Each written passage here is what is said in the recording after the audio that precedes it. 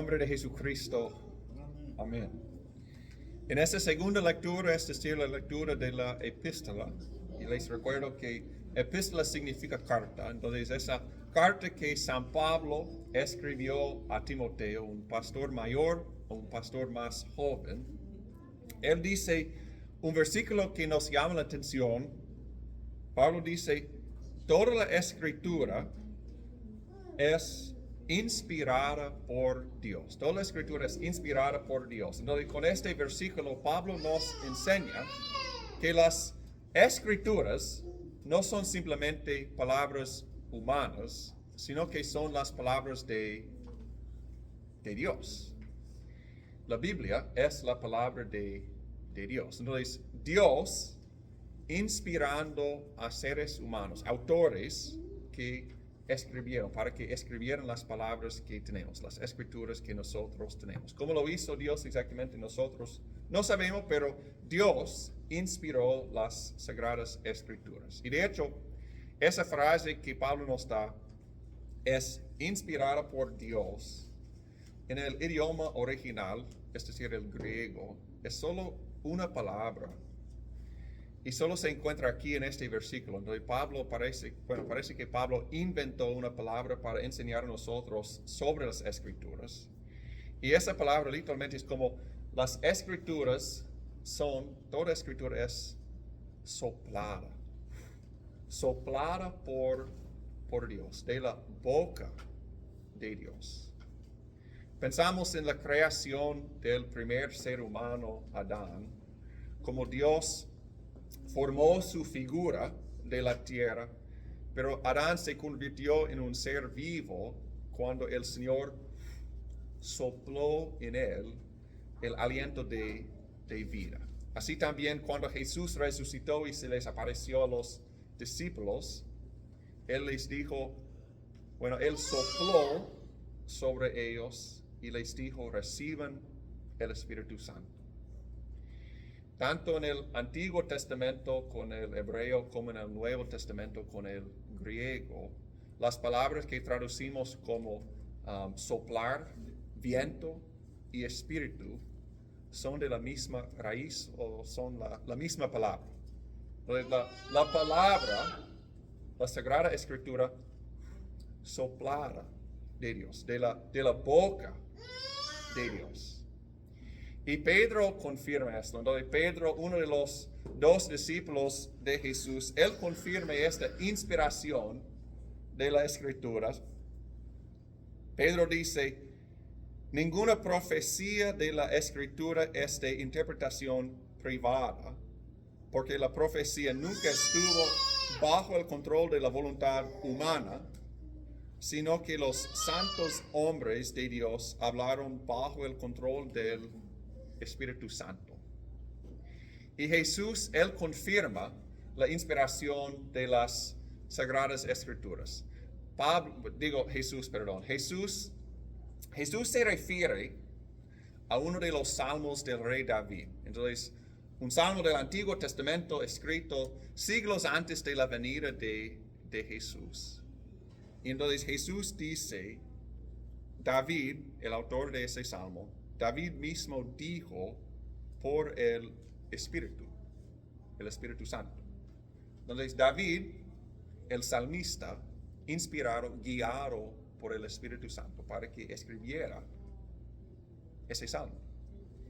Y vemos tantas veces en los evangelios, es decir, en Mateo, Marcos, Lucas y Juan, que Jesús confirma la autoridad del Antiguo Testamento, el poder, diciendo que, es la palabra de Dios. Cuando Jesús resistió al diablo, recordamos que después de su bautismo en el río Jordán por Juan el Bautista, Jesús fue llevado por el Espíritu al desierto, ayunó por 40 días, y el diablo se acercó a él para tentarlo.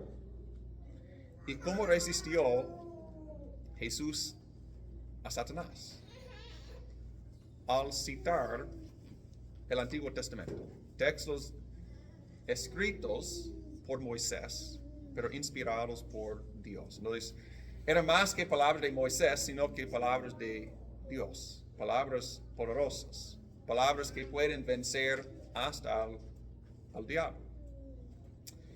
Cuando Jesús habla de los libros de Moisés, bueno, haz lo que Moisés ha dicho, porque él sabe que lo que Moisés nos ha dado no simplemente las palabras de Moisés, sino las palabras de Dios, la ley de Dios.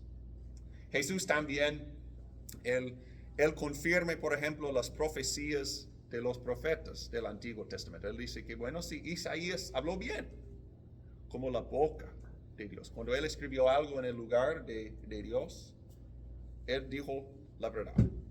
Él dijo, Isaías, las palabras de Dios. Confirma Jesús. Entonces, bueno, cuando Pablo dice que toda la escritura es inspirada por Dios, nosotros sabemos que Pablo se refiere al menos al Antiguo Testamento, es decir, los libros, bueno, la primera parte de nuestra Biblia, a los libros escritos antes de la venida de Jesús, desde Génesis con la creación hasta los profetas que esperaron la venida de Jesús. Nosotros sabemos cuando Pablo dice las Sagradas Escrituras, cuando él dice la Escritura, toda Escritura, sabemos que sin duda él se refiere al menos al Antiguo Testamento. Pero ¿cómo entendemos el Nuevo Testamento? Es decir, los libros escritos después de la ascensión de Jesús. Mateo, Marcos, Lucas y Juan. Los 4 evangelios y más las cartas, las epístolas. Si entendemos que el Nuevo Testamento es las Sagradas Escrituras también, inspiradas por Dios. Decimos que sí. Nosotros leemos otra vez de Pedro, entonces, uno de los 2 discípulos de Jesús. Pedro en su primera carta, perdón, su segunda carta, segunda de Pedro.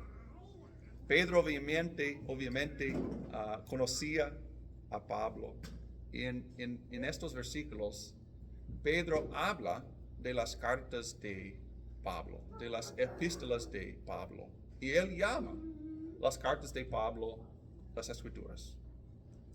Oigan, entonces Pedro dice, tal y como nuestro amado hermano Pablo, según la sabiduría que le ha sido dada, les ha escrito en casi todas sus cartas, donde habla de estas cosas, aun cuando entre ellas hay algunas que son difíciles de entender y que los ignorantes inconstantes tuercen, como hacen también con las otras escrituras para su propia perdición. Pablo dice, ok, ustedes saben que Pablo ha escrito cartas, pero ¿qué han hecho los incrédulos?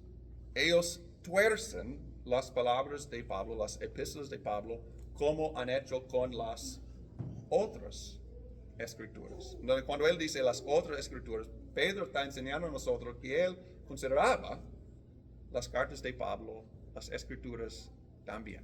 Es decir, en el mismo nivel con el Antiguo Testamento. Además, Pablo en su primera carta a Timoteo, hoy estamos en la segunda carta, pero en su primera carta a Timoteo, él cita dos versículos. Pues la escritura, bueno, escribe Pablo, pues la escritura dice, y la primera cita, no pondrás bozal al buey que tría, una cita. Y la segunda cita, y digno es el obrero de su salario. Esa primera cita es de Deuteronomio, uno de los 5 libros de Moisés, del Antiguo Testamento. Pero esa segunda cita, digno es el obrero de su salario. Otra cita que Pablo dice es la escritura, pero ¿dónde se encuentra ese versículo? Bueno, son las palabras de Jesús registradas en el Evangelio de Lucas. Entonces Pablo nos está enseñando que él consideraba el Evangelio de Lucas las Escrituras. Cuando Jesús la noche antes de su crucifixión, el Jueves Santo. Entonces, después de instituir la Santa Cena, después de lavar los pies de los discípulos, él oró a su Padre. Entonces, el Hijo orando al Padre. Y en esa oración es de de Juan 17, Jesús dijo, pero no ruego solamente por estos. ¿Quiénes son estos? Los apóstoles, los discípulos, los que estuvieron presentes con él. No oro solo por estos, sino también por los que han de creer en mí por la palabra de ellos. Entonces, Jesús oró por los apóstoles, los discípulos presentes en su día, pero también oró por nosotros.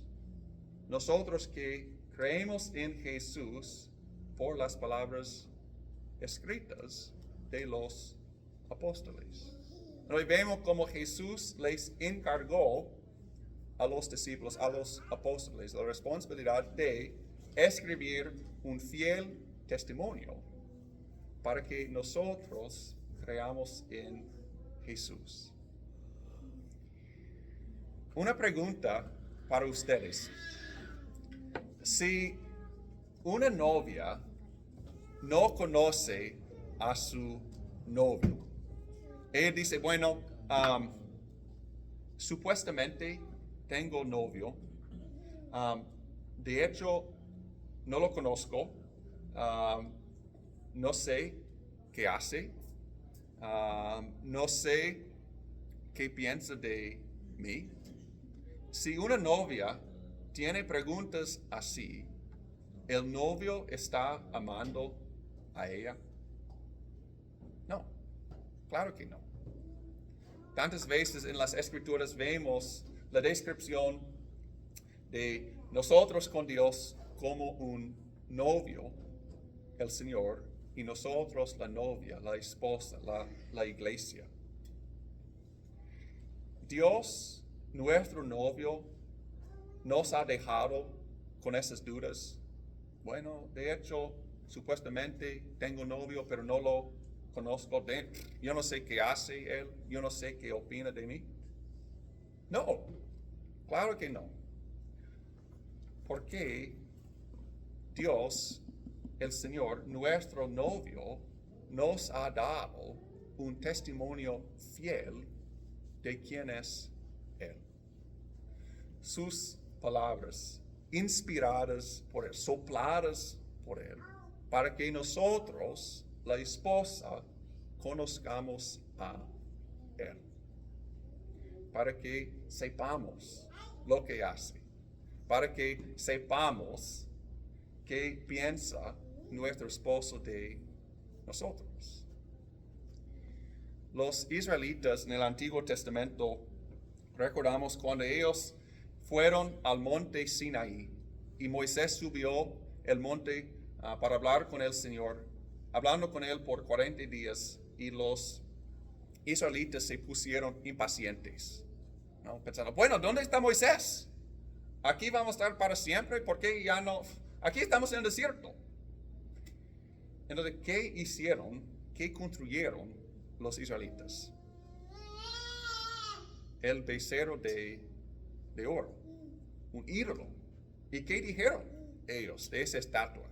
Este es el Dios que nos sacó de la esclavitud en Egipto. No, es una estatua, ¿no? De un becerro de oro. ¿Cómo es que ustedes pueden decir que este es el Dios que los sacó de la esclavitud en Egipto? Bueno, Dios no permite que nosotros inventemos dioses como hicieron los israelitas al construir el becerro de oro. Entonces, para que nosotros no inventemos dioses según nuestro corazón, nuestros deseos, nuestra mente, nuestra razón, ¿qué nos ha dado Dios? Nos ha dado un testimonio fiel de quién es Él, para que nosotros no construyamos dioses falsos, para que conozcamos al Dios verdadero. Y al conocer a Dios, al Dios verdadero, nuestro novio, cuando nosotros habitamos en las Escrituras, nosotros también nos conocemos a nosotros mismos, ¿no? Nosotros nos damos cuenta de quiénes somos. Y por la palabra soplada por Dios, de la boca de Dios, nos damos cuenta de que nosotros somos criaturas hechas por Dios para vivir en comunión con Él, para tener vida de Él. No estamos aquí por accidente, sino por obra de amor. Pero también nosotros nos damos cuenta de que hemos caído, ¿no? Nosotros nos damos cuenta de nuestro pecado, que nosotros somos pecadores miserables, ¿no? Cuando Pablo escribió esta carta, segunda de Timoteo, pensamos que esta fue su última carta. Él está en la cárcel. ¿Encarcelado por qué? ¿Por causa de quién? Por causa de Jesucristo. Él es preso por causa del nombre de Jesús. Él ha sufrido mucho por causa de Jesús, por proclamar que Jesús es el Señor.